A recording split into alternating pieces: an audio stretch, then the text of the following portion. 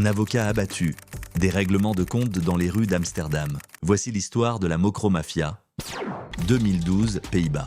Née entre le Maroc et les Pays-Bas, une mafia d'un nouveau genre est portée par une génération sans règles. Et au sommet de cette vague sanglante, Ridouane Tari, marocain d'origine, hollandais d'adoption.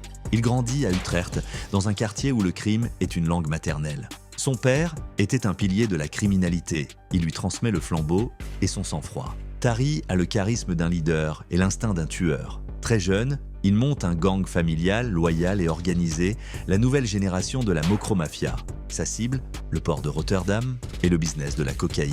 Il ne parle pas, il frappe et fait taire ceux qui osent parler. En 2019, l'avocat Dirk Wiersum est tué devant chez lui. En 2021, un journaliste est exécuté au plein centre d'Amsterdam. La légende est en marche, et même quand il doit mettre tempête et prendre une fausse identité, les autorités continuent de trembler. Pour arrêter une pareille légende, il faudra mettre les bouchées doubles. La police néerlandaise, la police de Dubaï et Interpol se mettent à le traquer. 16 décembre 2019, Dubaï, Émirats Arabes Unis. Malgré sa fausse identité, Ridouane est finalement arrêté. Il est extradé aux Pays-Bas, puis enfermé dans la prison de haute sécurité de Vught en isolement total. Il a hérité du crime comme d'un nom de famille. Il a redéfini la peur dans les rues d'Amsterdam et même enfermé, il reste à la tête de l'empire.